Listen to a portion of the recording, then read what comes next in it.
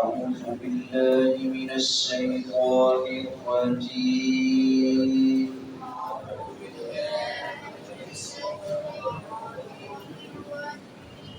بسم الله الرحمن الرحيم.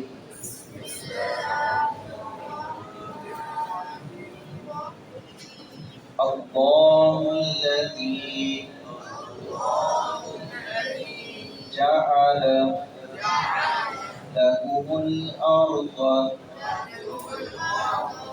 قرارا والسماء بناء وصوركم فأحسن صوركم ورزقكم من الطيبات ذلكم الله ربكم فتبارك الله رب العالمين.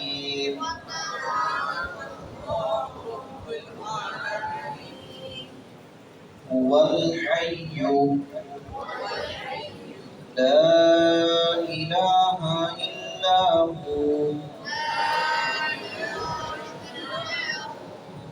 فادعوه مخلصين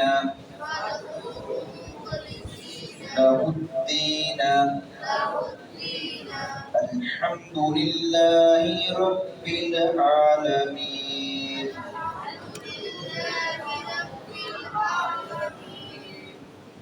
وہ لوگ جو اللہ رب العزت کی معرفت ہے جن کو حاصل نہیں ہے، اللہ رب العزت نے ان سے مخاطب ہو کر اپنی مختلف نعمتوں کا تذکرہ کیا ہے اور اپنی ایجاد اپنی تخلیقات میں اس نے جو اللہ رب العزت نے تخلیقات کی ہیں ان کا تذکرہ کیا ہے کہ مثالیں دے کر سمجھایا کہ شاید کوئی مثال ان کے دل میں گھر کر جائے، شاید وہ کسی بھی اللہ رب العزت کی نعمت کی معرفت حاصل ہو جائے، پھر جب اس نعمت کی قدر کریں گے، اس نعمت پہ غور و فکر کریں گے تو پھر اللہ رب العزت پر اپنا ایمان لے آئیں گے. تو اللہ رب العزت نے یہاں پھر سے زمین اور آسمان کی تخلیق کا تذکرہ، انسان کی تخلیق کا تذکرہ کہ انسان کو اللہ رب العزت نے خوبصورت شکل سے نوازا ہے اور اللہ رب العزت نے پھر اس کے لیے بندوبست بھی فرمایا ہے کھانے پینے کے لیے. یہ زمین اللہ رب العزت نے فرمایا کہ تمہارے لیے قرار اور اس کو ٹھہرا دیا، قرار دے دیا اس کو کہ یہ رک گئی، اس کے اوپر پہاڑ جو ہے وہ نصب کر دیے، وہ گاڑ دیے، یہ زمین جو ہے ایک جگہ پر ٹک گئی. وگرنہ اگر یہ پہاڑ نہ گاڑے جاتے زمین ایسے چھوڑ دے کھاتی اور تمہارے لیے زمین مسخر اگر نہ ہوتی تو پھر تم کیا کر سکتے تھے. اللہ رب العزت تمہارے رہنے کے لیے، ہم سب کے رہنے کے لیے اللہ رب العزت فرمانے تمہارے رہنے کے لیے ہم نے اس زمین کو مسخر کر دیا، اس زمین کو تمہارے تابع کر دیا. اس زمین سے ہی اللہ رب العزت پوریاں یہ پھل فروٹ اناج وغیرہ اگاتا ہے، جس سے انسانوں اور جانوروں کی زندگی وابستہ ہے، اسی سے پانی نکلتا ہے، خوراک ہے، ضروریات زندگی ہیں اور اسی مٹی سے انسان پیدا ہوا ہے، اسی مٹی میں انسان نے مر کر جانا ہے. اور جب انسان دنیا آیا بھی اس مٹی سے، پیدائش بھی اس کی مٹی سے ہوئی اور جانا بھی اسی میں.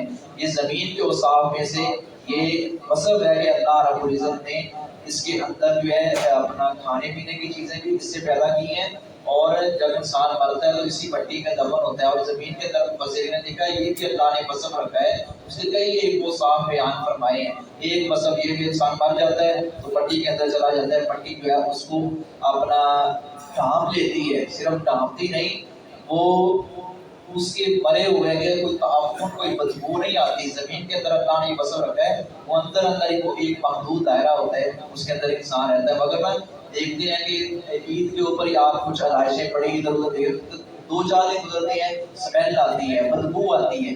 تو کتنے انسان اور کتنی اللہ رب العزت کی مخلوقات اس زمین میں دفن ہیں.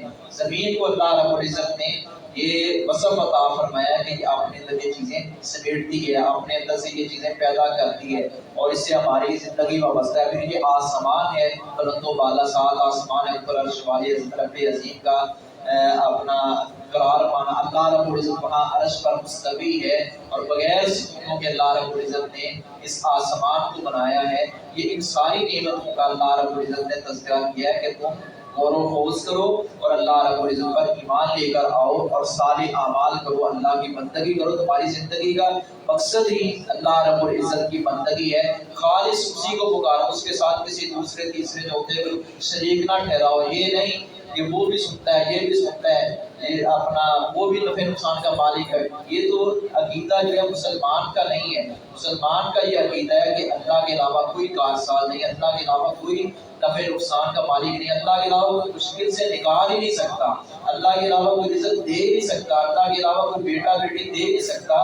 یہ ایک سچے مسلمان کا یہ عقیدہ ہے اور اسی عقیدے پر موت آئے گی تو کامیابی ہوگی، وگرنہ یہ ہیلے واسطے وسیلے جو مروجہ ہیں ہمارے معاشرے میں چل رہے ہیں، یہ سارے کے سارے عبث اور باطل ہیں۔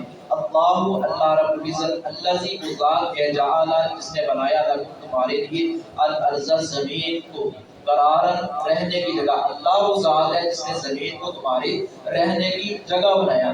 اتنی یہ زمین وسیع ہے اور اس کی وسعت جو ہے بہت زیادہ ہے اور دنیا کے کونے کونے پہ انسان بس رہے ہیں، رہ رہے ہیں، پہاڑوں کے اندر بھی، اور اس کے پہاڑوں میں بھی گھیرا ہوا ہے زمین کو، پہاڑوں کے اوپر گاڑی اللہ رب العزت نے، پہاڑی علاقوں میں لوگ رہ رہے ہیں، میدانی علاقوں میں لوگ رہ رہے ہیں، اور اسی طرح ریت کے علاقے مختلف زمین کی کیفیات ہیں، اور ہر ایک جگہ پہ اللہ رب العزت نے کوئی نہ کوئی اپنی نعمت، ایک جگہ سے ایک نعمت ملتی ہے تو دوسری جگہ وہ نہیں ہے، تیسری جگہ اور ہے، چوتھی جگہ اور ہے۔ یہ اللہ رب العزت نے اپنی قدرت کی ہے، اللہ رب العزت نے شاہکار ہیں یہ چیزیں، والسماء، اور آسمان، بنا چھت، اور آسمان کو اللہ نے چھت بنایا ہے۔ اتنا خوبصورت یہ آسمان ہے جس پر یہ ستارے جگمگ کر رہے ہیں، یہ چاند ہے، یہ سورج ہے، یہ ساری چیزیں یہ اللہ رب العزت ایک مزین بھی ہے، یہ آسمان کی زینت کا ذریعہ بھی ہے، اور اس کا ہمارے لیے فوائد ہی فوائد ہیں۔ دن بنایا ہے، رات بنائی ہے، فاحسن وصورکم، اور اس نے صورتیں بنائی، فاحسن صورکم، تمہاری بڑی اچھی شکلیں، بڑی اچھی صورتیں اللہ رب العزت نے بنائی ہیں، جیسا کہ اللہ رب العزت نے سورۃ التین میں بھی فرمایا لقد خلقنا الانسان فی احسن تقویم۔ اتنی اور اللہ رب العزت کی مخلوقات ہے، انسان کو اشرف المخلوقات ہونے کا اعزاز حاصل ہے کہ جو اللہ نے فہم، جو اللہ رب العزت نے شعور انسان کو عطا فرمایا ہے، جو اللہ رب العزت نے سکات عطا فرمائے ہیں، منہ عطا فرمائے ہیں، کان، سماعت، بصارت، یہ دل، اور یہ ساری نعمتوں کی قدر کرنی چاہیے اور اللہ رب العزت کو پہچاننا چاہیے۔ یہ نہیں کہ بس ٹھیک ہے جنہیں لایا کرتی انہیں نہ ٹوٹ چلی، یہ اصول غلط ہے۔ دینی دنیاوی معاملات میں ہم بڑی فرق کرتے ہیں، جانچ پڑتال کرتے ہیں، لیکن جب دین کی بات آتی ہے تو ہم کہتے ہیں کہ ہمیں کوئی پتہ نہیں، بس ٹھیک ہے ہم سنی سنائی بات جو ہے وہ اس پر ایمان لانے والے ہیں۔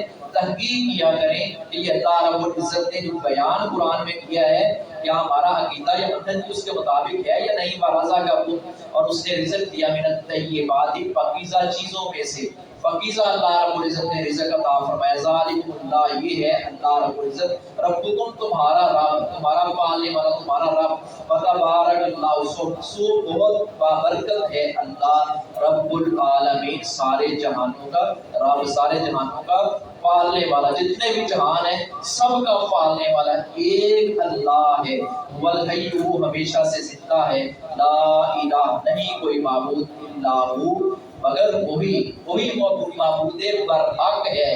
باقی جن کو لوگوں نے معبود بنا رکھا ہے، سمجھ رکھا ہے، وہ معبود نہیں ہے۔ معبود ہوتا ہے جس کی عبادت کی جائے، عبادت صرف ایک اللہ کی جاتی، عبادت نبیوں کی بھی نہیں کی جاتی، نبی بھی اللہ کی عبادت کرتے ہیں، ہم بھی اللہ کی عبادت کرتے ہیں، بس فرق یہ ہے کہ وہ نبی ہیں، ہم امتی ہیں، ان کو اللہ رب العزت نے جو مقام عطا فرمایا ہم ان کے مقام کو نہیں پہنچ سکتے۔ البتہ انبیاء کرام، رسول اکرم صلی اللہ علیہ وسلم کی سیرت کو اللہ نے ہمارے لیے نمونہ اور مثال قرار دیا۔ فادعوہ، سوائے اس کے کوئی معبود برحق نہیں ہے، فادعوہ، تو اس کو پکارو، مخلصین، لہذا تم پکارو اس کو مخلصین، خالص لہ الدین، خالص اس کی بندگی کرتے، مخلصین لہ الدین، خالص اسی کی بندگی کرتے۔ الحمدللہ، سب تعریفیں اللہ رب العزت کے لیے، رب العالمین، جو جہانوں کا پالنے والا ہے۔ اللہ ہمیں اپنے محبوب اور برگزیدہ بندے بنائے، وما علیہ۔